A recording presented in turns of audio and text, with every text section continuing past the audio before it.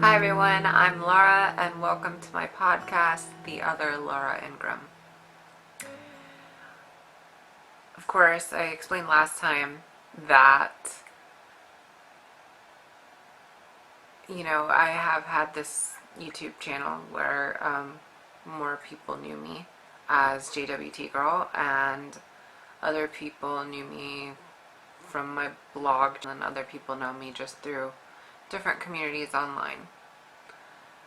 And of course I hadn't done much of anything on YouTube or on my blog in a while, and so I came up with the idea for this podcast.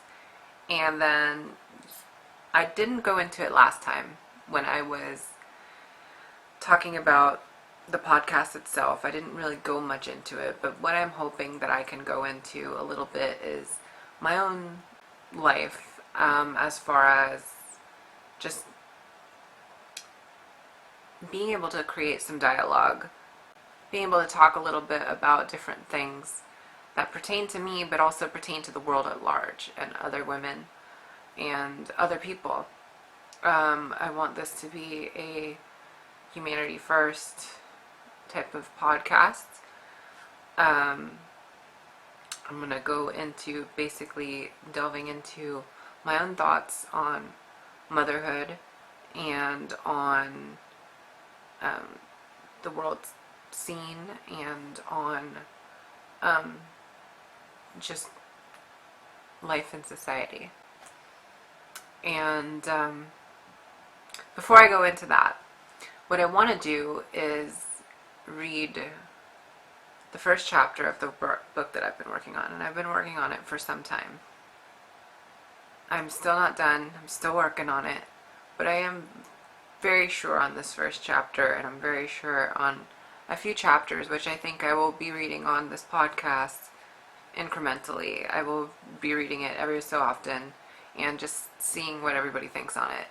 I think that's going to be a great idea moving forward, and I hope you guys like it. I've worked very hard on it, and also I'm thinking, before I go into that, let me explain why I called this podcast The Other Laura Ingraham. The reason I called it that is because from the very beginning, when I started this channel, when I started my Facebook page and I did all of that, I've always gotten messages from people saying, "Hey, are you that Laura Ingraham from Fox News?" And usually I answer no. Usually I answer, "No, that's not me." Of course, I mean, that's my go-to. But every once in a while I will have a little bit of fun and say yes and just go into my own specific story a little bit further. And people are shocked that Laura Ingraham has the story that she does. I'm very, very, very, very clear and open about my transgender status as Laura Ingraham for anybody that asks. And, it can be a little bit of fun. I don't do it very often, but every once in a while I will. Sorry. But no, I am not the Laura Ingraham from Fox News. I am the other Laura Ingraham. So, growing up as one of Jehovah's Transsexuals, that was the name of my very first YouTube creation, my very first YouTube post, or at least my first series. Actually, I think my first post on YouTube was an introduction to family as myself after I had just come out. But my next thing that I did was talk about my life growing up as one of Jehovah's Witnesses, and I named it Growing Up as One of Jehovah's Transsexuals, and that is what the tentative title that I believe I'm going to be calling my book. This is the preface, the introduction. I'll start from there. Growing up as one of Jehovah's transsexuals,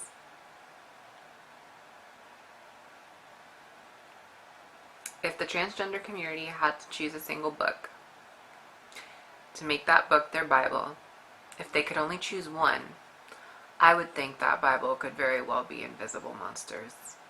That's the one I'd nominate. You know, one of the other novels written by the guy who wrote Fight Club? That would be the Bible, at least for transgender people. Specifically, the hardcover edition, the one that says Remix. I think this would be the perfect candidate for a Bible. It is gritty, grotesque, and full of monstrosity, which is how you spell the word humanity after you've been through shit. With all its confusion and horror, you can't decide who is the biggest monster, the protagonist or the antagonist, or even which is which of these two. The book jumps around, does not read coherently, is confusing to boot, yet it is incredibly quotable, not unlike a Bible.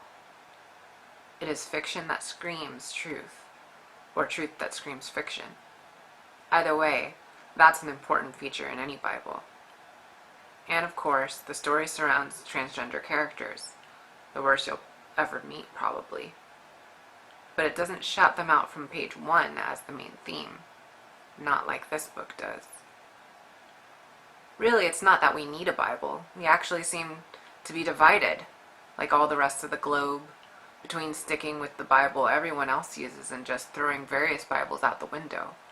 So I'm not saying we should adopt it as some sort of doctrine, just that it would fit nicely in many situations.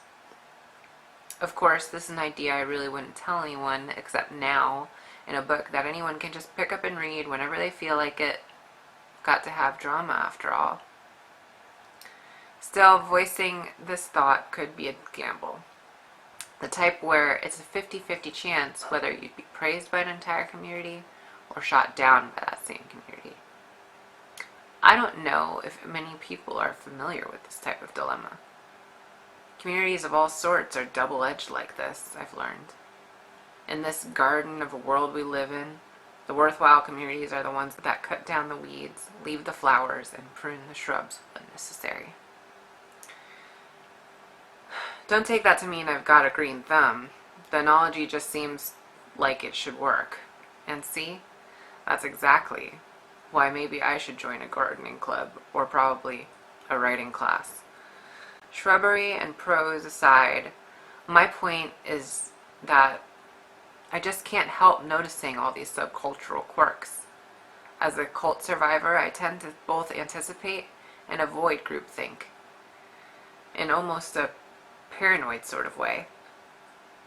I'd dub it both a blessing and a curse if I really believed in those sorts of things. But it's only me, lucky me. It's all my experiences intermingling into one semi-coherent whole. Hence this book, my life story, of which there's plenty of pages left. For now, I'm still trying to decide whether the characters in that book are likable. The one thing I know for sure is that they can remind me so much of myself. People say I'm likable. I say I'm boring. However, my story is not the typical transgender autobiography. I'm not entirely sure whether the trans community will appreciate it or not. It's not politically correct. No, I don't ever try very hard at that. It's also no work of fiction, so it's no Bible for sure.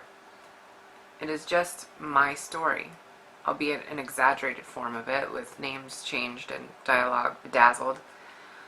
Apart from the catchy title and the amount of times I use the word transgender in this introduction, I'd like to think that this book is not even mostly about that. I really try to distance myself from the label, actually. If you ever feel alone, lock yourself in a room full of transsexuals for a week and you'll be cured in a day or two, and from then forward, begging to be let out and cut free from all the drama. The one thing I will say flat out from being transgender is that the direst thing trans people need, in my experience, is not to be a community. The last thing most of us need is yet another transgender friend, yet we take each other on because we know how hard it is, especially at the beginning of our transition. We have empathy for each other, and of course, another friend is still another friend. However, we remain in this community because there is power in it. Like beauty is power, the same way money is power, the same way a gun is power. And power is something we are deeply lacking individually, even with money, beauty, and guns. What we need most is not to be considered a nation or a rock unto ourselves. Ironically, this is also the exact same thing most Jehovah's Witnesses need. It is so easy to be pushed into feeling that way. Alone. Stuck. The whole world feels that way, despite how small it seems to get, especially when holding the vast worldwide internet of everything right in the palm of your hand. There is one unfortunate aspect of being a transsexual. Yes, I said transsexual. Specifically, that has caused me a lot of grief, personally. It is that no matter what, the moment it is out to others that you are transgender, people begin to treat you different. It doesn't matter how you look or how well you blend in. It doesn't matter if the person is being nice or hateful. Different is different. Being more interested is still different. Choosing your words carefully around that girl is still different. You can always tell when someone is treating you different. To be both honest and ironic, this aspect is enough to cause feelings of cisphobia. I've known quite a few trans women that have admitted to me that they find it difficult to trust cisgender people. From time to time, even I have felt like an island in a sea of cisgender, and rather indignant about it. And it is during those times I have flocked to the Church of Transgender and drank from the deepest depths of the transgender ideology Kool-Aid, which really isn't an official ideology, or a real flavor of Kool-Aid for that matter. Rather, a feeling that you'll never fit in, and that transgender people are the only real people in the world. This, again, isn't too different from the Jehovah's Witness worldview. The difference is just who's doling out the fear-spiked beverages. Admittedly, I don't know if I can tell you a way to fix this. I wish I had an answer.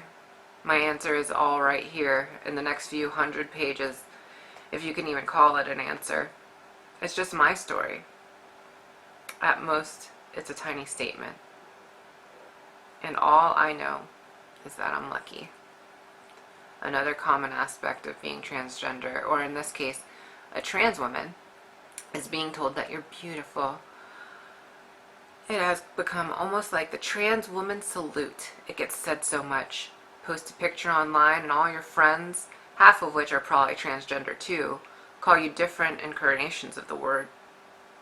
If you're out with another transgender friend and a picture of the two of you is tagged in social media, it's an immediate springboard for comments like, "You're two gorgeous women," or "two magnificent ladies."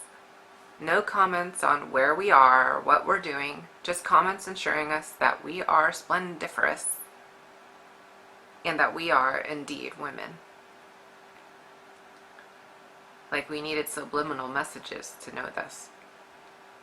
I don't know who to take seriously sometimes between that and the angry online conversations insisting that I'm destined for hell. Here's the point. Transgender women are very often not invited to the cisgender world. We often don't have moms to ask serious questions to. We don't often get to be moms to our children if we have any. We many times don't have sisters to go shopping with, and few of us have fathers who still care for us, much less worry about us, or even, odds forbid, spoil us. A cisgender woman at work or school will subsequently wonder why we are a little awkward in certain situations when compared to other women, and not invite us to do stuff with the girls. We often do these things with other trans women because we always invite each other, and because we understand we are missing different parts of ourselves. And because, hey, at least we have each other. And that reminds us over and over again that we are transgender. Which reminds us again and again that we are not born as the sex we align with. Finally, you've developed an irritated and engorged case of gender dysphoria, one of the worst and most overpowering feelings to live with on this earth. It's difficult, impossible for some to get away from feeling like monsters that the average person would rather destroy or ignore, no matter how much we attest that we're not. All that really needs to happen is for us as individuals to be consistently part of something more than being transgender. But a lot of us simply don't seem to be able to have that. We aren't allowed to relate. Again, I'm lucky. The only time anyone has ever been able to tell I was a transsexual is the one time I was sitting directly next to another transsexual in public. I've done that multiple times, and it only happened once. I'm 5 foot 6 inches tall, and I've always had relatively wide hips, a larger butt, and even tiny breasts. Granted, I really wasn't very convincing at all on my first catwalk out of the closet. I had lived as a man for 25 years, and had been a construction worker for 7 years of it. I didn't walk right, I didn't talk right, but within 8 months of starting hormone replacement therapy, I started living as Samantha full-time, and I was only spotted as transgender about 1 time, so I'm lucky. When I decided to transition, I fully expected to be hideous. The hope of being pretty wasn't why I wanted to transition. I did it to be okay inside. To finally feel like a woman, no matter if I was grotesque on the outside. I was ready to end it all, and I needed to know once and for all if transitioning would quiet my disquiet, or if I needed to resort to fatal measures. So I did my best to turn over a new leaf in my health. I started exercising and eating well, so at least I wouldn't be hideous and fat, and then I started hormones. And I've become gorgeous. To me, that word actually sounds like I've gorged myself on food to the point where I've become immovable. But that's just my brain. I'm lucky. So, honestly, I could choose to live in stealth and never tell anyone I'm transgender. I could choose not to be an invisible monster. When I began writing this, it was a thought. It was maybe even a fledgling plan at that point. When you're transitioning right after leaving a doomsday cult at 26 years old, you're anxiously relearning everything. And sometimes you spend too much time looking in the mirror, concerned with how you look, worried you're not pretty enough. When I wrote the first chapter of this book, I was deeply worried that I would be turning 30 in 2 years. Worried that I had wrinkles and smile lines. Would it be a new barrier? Would I still pass as effortlessly as I always had? And then, immediately, I would feel ashamed for thinking this way. And then I would post a new blog, or a new video, or whatever ransom social justice media dictated, and wonder to myself if I actually could ever leave the community. And then the comparisons came, and the realization that I had already been here. I had already done this. I had already left a cult just a few years earlier. And in the years since, in thinking about this entire journey, though I may snidely refer to my life as growing up as one of Jehovah's transsexuals, I realized the story wasn't as bleak as I originally felt when I first began all of this. Sure, it's gritty, and there's monstrosity in places. So much it may sincerely feel like parts of my life are some sadist's intricately planned homage to Invisible Monsters and its brilliant author. Yet, there's also love and understanding and real joy. Simply living while reevaluating and finding the confidence and energy I needed in myself helped me pull the jumble of life's experiences together into a narrative, my narrative. And the truth, my truth of where my strengths lie as a woman, as a mother, or as a friend, and ultimately as a human being, brings me peace and authentic self-worth. And it makes me relatable as a human being. And the journey was, and continues to be, entirely worthwhile. And not to get any more pseudoscience-y and strange, but I think that this is the deepest and truest well of power you could ever hope to find in this universe, even within any Internet of Things or nothings. And I believe it's true, that saying, with great power comes great responsibility. Chuck Palahniuk didn't say that last quote, by the way.